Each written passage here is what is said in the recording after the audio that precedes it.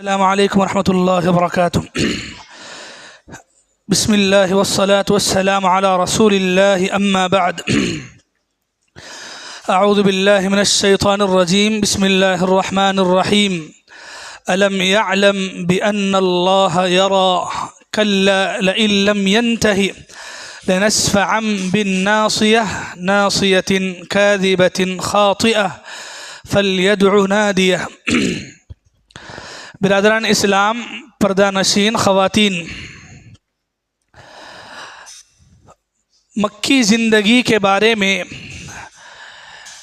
جو باتیں ہم پڑھ رہے ہیں وہ اللہ کے نبی صلی اللہ علیہ وسلم کی زندگی میں نبوت کے بعد جب آپ نے دین کی دعوت و تبلیغ کا کام علل اعلان کیا، کھلم کھلا اللہ کے نبی نے لوگوں تک دین پہنچانے کی کوشش کی، تو اس کو رکانے کے لیے کفار مکہ، مشرکین مکہ نے اللہ کے نبی کو بہت سارے طریقوں سے رکاوٹیں پیش کی اور ہر طریقے سے آپ کو ناکام بنانے کے لیے تقریباً یہ 8 ہیلے، سازشیں، کوششیں انہوں نے کی، لیکن تب بھی اللہ کے نبی اور نبی کے صحابہ نہیں رکے، بلکہ دین کا کام چلتا رہا۔ تو انہوں نے جو آخری طریقہ ہے اس کو کچھ اور مضبوطی سے کیا کہ نبی اور نبی کے صحابہ پر ظلم کرنا۔ تو اس کے لیے باقاعدہ ایک ٹیم بنائی گئی، 25 افراد کی ایک ٹیم بنائی گئی، جس کا سردار ابو لہب کو چنا گیا، اور اس کی نگرانی میں لوگوں پر ظلم کیا جاتا۔ تو اس کا طریقہ کیا تھا؟ ابو جہل خاص کر کے دیکھتا کہ مسلمان ہونے والے کیسے ہیں۔ اگر وہ مالدار ہیں، بڑے گھرانے کے ہیں، اونچے خاندان کے ہیں، تو ان پر ظلم نہیں کرتا، اس لیے کہ آسان نہیں تھا۔ تو اس لیے کیا ہے، ان کو ان کے مال کے بارے میں، ان کی تجارت میں نقصان کے بارے میں دھمکیاں دی جاتی تھیں، ان کی اولاد کو، ان کے گھر بار کو نقصان پہنچانے کے لیے ڈرایا جاتا تھا کہ اگر تم ایمان سے نہیں پھرو گے تو تمہاری اولاد، تمہارے بچوں، تمہاری تجارت میں ہم ایسا کریں گے۔ تو بہرحال ڈرانا، دھمکیاں ہوتی تھی۔ اور جو کم یعنی چھوٹے خاندان کے ہوتے یا پھر سمجھیں کہ غلام ہوتے، تو ان پر پورے طریقے سے ظلم ہوتا۔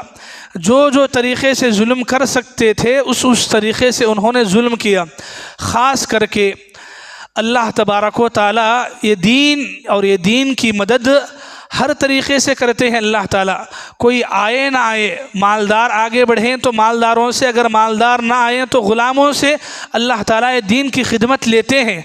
اور ہم یہی دیکھتے ہیں اللہ کے نبی کی زندگی میں، مکے کے جتنے بڑے بڑے سرداران ہیں، وہ سرداروں کے نیچے ماتحت میں رہ کے جو غلام ان کی غلامی میں ہیں، تقریباً ایمان لے کر کے آتے ہیں۔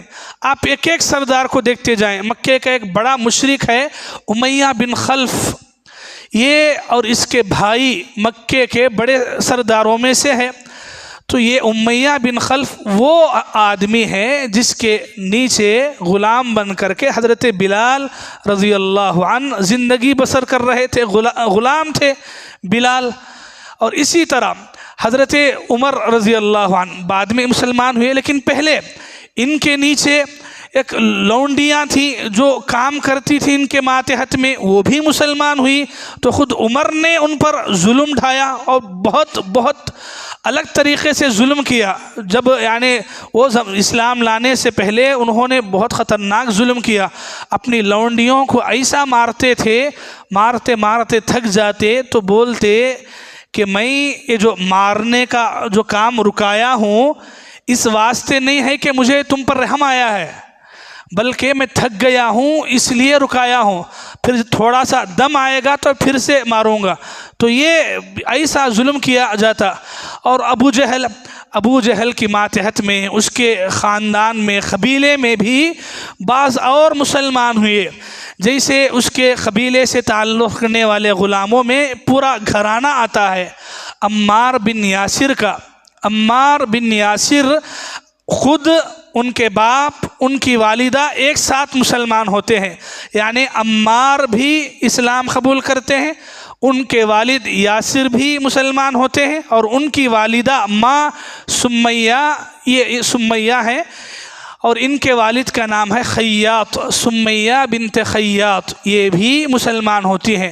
تو ان پر جو طریقے سے ظلم ہوا وہ ایک الگ داستان ہے، اور یہ ایسا نہیں ہے کہ ایک دو، یہ کفار مکہ، مشرکین مکہ، ابو جہل، ابو لہب، یہ امیہ بن خلف، انہوں نے ایسے صحابہ کرام پر جو ظلم کیا، جو ظلم کے واقعات کتابوں میں ہیں، وہ یعنی ہم پیش نہیں کر سکتے ہیں، ایسے کٹھن واقعات کہ جو انسان کے دل کو جھنجھوڑ کر رکھتے ہیں کہ آخر اسلام کی خاطر انہوں نے کیسی قربانیاں دی ہیں۔ ابو جہل عمار بن یاسر پہ ظلم کیا کرتا تھا، اور ایسا ظلم کیا کرتا، ان کے والد بہت کم عمر کے، یعنی بہت بڑی عمر کے تھے، بزرگ ہونے کی وجہ سے وہ زیادہ دنوں تک برداشت نہیں کر سکے، انتقال ہو گئے۔ تو ان کی ماں حضرت عمار رضی اللہ عنہ کی والدہ سمیہ رضی اللہ عنہا کو جو ہے اس بے دردی سے مارتا ہے کہ شرمگاہ کے اندر نیزہ پھینکتا ہے، جس کے درد کو تاب نہ لا کر کے وہ شہید ہو جاتی ہیں۔ اسلامی تاریخ میں یہ پہلی عورت ہیں، بلکہ پہلے انسان ہیں جو شہادت کا مرتبہ حاصل کرتے ہیں۔ عورت وہ ذات ہے کہ جب اسلام کی خاطر، دین کی خاطر قربانی دینے آتی ہے، مردوں سے آگے بڑھ جاتی ہے، اور یہاں اسی عورت کا نام ہمیں ملتا ہے کہ مردوں سے پہلے یہ عورت کو اللہ تبارک و تعالیٰ نے شہادت کے مرتبے پہ فائز کیا۔ ان پر ایسا بے دردی سے ظلم ہوتا، اللہ کے نبی کا کبھی گزر ہوتا تو اللہ کے نبی ان کا نام لے کے بولتے، صبراً یا آل یاسر، ابشروا آل یاسر فإن موعدکم الجنہ، بولتے کہ آل یاسر، یاسر کے گھر والوں صبر کرو، تھوڑا سا صبر کرو، ثابت قدمی کے ساتھ رہو، یہ تکلیفیں تمہاری دنیا میں تکلیف دی جا رہی ہے، لیکن آخرت میں تمہارا ٹھکانہ جنت ہوگا۔ اللہ کے نبی صلی اللہ علیہ وسلم جب کبھی ان کے پاس سے، یعنی ماحول ایسا تھا کہ کھل کے مدد بھی نہیں ہو سکتی تھی، اس قدر وہ بے دردی کے ساتھ ظلم کرنے کے لیے سب آ گئے تھے، اتنے سارے طریقے ناکام ہو گئے، تو یہ آخری طریقہ انہوں نے اپنایا کہ بے دردی کے ساتھ ظلم کرنا۔ یہ غلاموں پر ہی نہیں ہے، غلاموں کے ایسے واقعات تو آپ سن ہی ہیں، حضرت بلال کے بارے میں، حضرت سمیہ کے بارے میں، حضرت زنیرہ کے بارے میں، حضرت ابو فقیہہ کے بارے میں، حضرت افلاح کے بارے میں۔ ایسے غلاموں پر ظلم کی داستانیں بہت طویل ہیں جو اکثر بیانوں میں سنتے ہیں ہم، تو ہمیں طویل میں نہیں جانا ہے، کچھ بیان لمبا نہ ہو جائے۔ مختصر یہ ہے کہ یہ ظلم غلاموں پر ہی نہیں، بلکہ جو صحابہ کرام میں جو اچھے خاندان، ان سے خاندان کے تھے، ان کو بھی نہیں چھوڑا گیا۔ خود حضرت عثمان بن عفان اچھے گھرانے کے ہیں، لیکن حضرت عثمان بن عفان کا چچا جو ہے، آپ کے اسلام لانے کے بعد ایک ٹاٹ میں، جیسے ہمارے پاس حصیر ہوتی ہے لکڑی کی کاڑیوں کی، تو ویسی حصیر میں باندھ دیتا، باندھ کر کے اوپر لٹکاتا، اور نیچے سے جو ہے دھونی دیتا، دھونی مطلب وہ آگ کا انگارے نیچے رکھ دیتے، اور بھانپ کو جو ہے اوپر چڑھاتا، اور بولتا کہ جب تک اسلام سے نہیں پھر جاتے نہیں اتارتا۔ تو ایسے واقعات ایک دو نہیں، بے شمار واقعات۔ حضرت بلال رضی اللہ عنہ کے بارے میں تو مشہور ہے کہ ان کا جو آقا تھا وہ اس قدر ظالم بن گیا کہ ان کے گلے میں رسی ڈال کے مکے کے شریر قسم کے لوگوں کے ہاتھوں میں، دیوانوں کے ہاتھوں میں دیتا، وہ جدھر چاہے ادھر لے کے پھرتے، اور یعنی گرم، ایک دم گرم ریت میں، مکے کی دھوپ ایسی ویسی دھوپ نہیں ہوتی ہے، عام دنوں میں بھی آپ مکے میں دوپہر میں بغیر چپل کے نہیں ٹھہر سکتے ہیں، ویسی خطرناک دھوپ ہوتی ہے۔ ویسی دھوپ کے اندر مکے میں اس زمانے میں ایک دم سخت ریت پہ لٹا کر کے ان کے بدن پہ، سینے پہ بڑے بڑے پتھر رکھے جاتے، اور ان کو کہا جاتا کہ یا تو تم محمد کا انکار کرو، یا پھر لات و عزا کے نام کی قسم کھاؤ، ان کا نام لو، ان کی عبادت کرنے کے لیے تیار ہو جاؤ، اور پھر مارا جاتا، اور ظلم کرنے والے تھک جاتے۔ یہ آسمان گواہ ہے، بلال نے ہر مرتبہ اللہ احد، اللہ احد، اللہ ایک ہے، اللہ ایک ہے، یہی نعرہ لگایا۔ حضرت بلال کی یہی خدمت ہے دین کی خاطر. اللہ احد مکے میں اس وقت انہوں نے اعلان کیا جب مکے کے بڑے بڑے سرداروں کی زبانیں خاموش تھیں. یہی نتیجہ ہے کہ جب اسلام ایک غلبے میں آیا، اللہ کے نبی جب مکہ فتح کیے اور مکے سے 360 بتوں کو چھاڑ دیا گیا، اسی کعبۃ اللہ میں اذان دینے کے لیے بلال کو منتخب کیا گیا. حالانکہ اس وقت تو بڑے بڑے صحابہ کرام ہیں، لیکن اس کے باوجود اللہ کے نبی بلاتے ہیں کہ بلال کہاں ہے، پوچھتے ہیں کہ بلال کو لاؤ، اور جب آتے ہیں تو بولتے ہیں کہ چڑھ کے کعبۃ اللہ پہ اذان دو. سبحان اللہ، یہ خدمت تھی، یہ قربانی کا بدلہ تھا کہ انہوں نے مکے میں اس وقت اللہ کا نام لیا جس وقت اللہ کا نام لینا ایک گناہ تھا، ایک ظلم تھا. اور ایسے موقع پہ حضرت بلال رضی اللہ عنہ نے یہ کام کیا. تو بہرحال ایک لمبی داستان ہے ان کی، اللہ کے نبی کے، صحابہ کرام کی، صحابہ کرام میں جو غلام صحابہ ہیں ان کی، اور ان کے علاوہ جو اونچے خاندان کے ان کی، ان کا تو چھوڑو، خود اللہ کے نبی صلی اللہ علیہ وسلم کو بھی اس ظلم کے طریقے سے آزمایا گیا.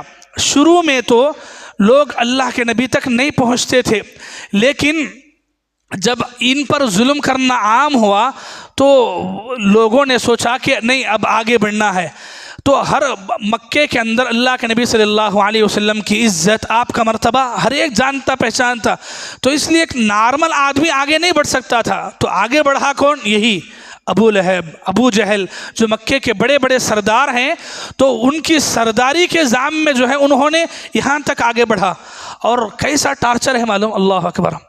آپ جانتے ہیں ایک انسان کی زندگی میں اس کو اگر تکلیف دی جائے تو شاید برداشت کر سکتا ہے، لیکن اس کے بیٹوں کو، اس کی بیٹیوں کو تکلیف دی جائے تو نہیں برداشت کر سکتا. اللہ کے نبی صلی اللہ علیہ وسلم کے ساتھ ایسا ہی کیا گیا. اللہ کے نبی کی 2 بیٹیاں ہیں، حضرت رقیہ اور حضرت ام کلثوم. یہ اللہ کے نبی بننے سے پہلے یہ 2 بیٹیوں کی شادی ابو لہب کے بیٹوں سے ہوئی تھی. ابو لہب کے 2 بیٹے تھے، عتبہ اور شیبہ نام کے. یہ 2 بیٹوں کا نکاح جو ہے نبی بننے سے پہلے نکاح ہوا تھا. جب اللہ کے نبی بن گئے اور یہ کام آگے بڑھا تو ابو لہب نے کیا سازش کی؟ ابو لہب اپنے بیٹوں کو بلایا اور کہا کہ جب تک تم اپنی بیویوں کو طلاق نہیں دیتے میں تمہاری صورت نہیں دیکھتا. یہ ہمارے گھر میں رہنا ہی نہیں ہے، یہ نبی کی محمد کی بیٹیاں ہمارے گھر میں نہیں ہونا ہے. وہ بے دین ہو چکا ہے. اب ابو لہب وہ خود ایک ظالم تھا، تو اس کی بیوی اور بڑی ظالمہ تھی، اس نے بھی کہا کہ نہیں کسی بھی صورت میں طلاق دینا ہے. بیٹے مجبور تھے اور بیٹوں نے کہا طلاق دے دیا. حضرت رقیہ اور ام کلثوم جو ہے اللہ کے نبی صلی اللہ علیہ وسلم کی یہ بیٹیاں عین جوانی کے عالم میں طلاق لے کے آ کے گھر بیٹھ جاتے ہیں. گناہ کیا تھا؟ ایمان لانا. اور ایمان لانے کے نتیجے میں لیکن اللہ تبارک و تعالیٰ نے ایسا مقدس رشتہ بنایا. حضرت رقیہ رضی اللہ عنہا کا نکاح بعد میں، اس کے بعد یہ طلاق ہونے کے بعد حضرت عثمان سے ہوا، حضرت عثمان رضی اللہ عنہ سے ہوا. تو یہ اللہ کے نبی صلی اللہ علیہ وسلم کو تکلیف دینے کے لیے ایسا ٹارچر، گھر ذہنی اعتبار سے کہ ان کی بیٹیوں کو چھوڑ دینا ہے، گھر کو بھگا دینا ہے، اور باقاعدہ دونوں کو طلاق دیا گیا. اور یہیں تک خاموش نہیں، اس کے بعد اور ظلم کا جو بھی راستہ ہوتا. ابو جہل ایک مرتبہ کعبۃ اللہ کے سائے میں بیٹھا ہے، لوگوں سے پوچھتا ہے کہ کیا تم نے دیکھا ہے محمد کو مکے میں یعنی کعبۃ اللہ میں نماز پڑھتے ہوئے؟ تو لوگوں نے دیکھا کہ ہاں کعبۃ اللہ میں آ کے سجدے کرتا ہے. ابو جہل نے کہا کہ اگر میں نے دیکھا تو میں اگر سجدے میں جائیں گے تو اسی حالت میں گردن رون دوں گا، کچل دوں گا. اور ایسی بات اس نے کہی. اور پھر اللہ کے نبی صلی اللہ علیہ وسلم آئے کعبۃ اللہ میں ایک مرتبہ نماز پڑھنے کے لیے. لوگوں نے پھٹ سے بلا لیا ابو جہل کو کہ نبی آ کے نماز پڑھ رہے ہیں کعبۃ اللہ میں. ابو جہل نے کہا کہ اب میں نہیں چھوڑنے والا.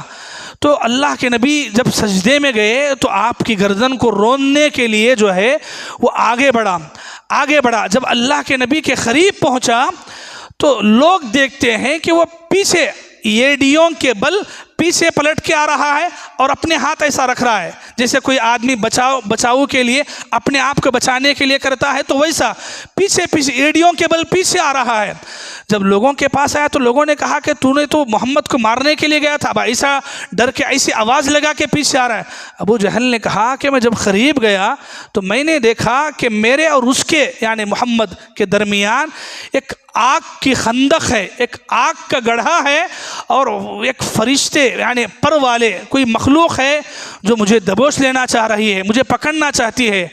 اللہ کے نبی صلی اللہ علیہ وسلم کو جب اس واقعے کے بارے میں پوچھا گیا تھا بعد میں، تو اللہ کے نبی نے اس وقت کہا تھا کہ اگر وہ وقت ابو جہل میرے قریب آتا تو فرشتے اس کی بوٹی بوٹی کر کے رکھتے، اس کی بوٹی کر کے رکھتے۔ یہ پورا واقعہ ابو جہل کا اور اللہ کے نبی کا یہ جو واقعہ ہے، اسے صحیح مسلم نے، امام مسلم نے روایت کیا ہے، صحیح مسلم میں حدیث نمبر 2709 میں یہ پورا واقعہ ہے۔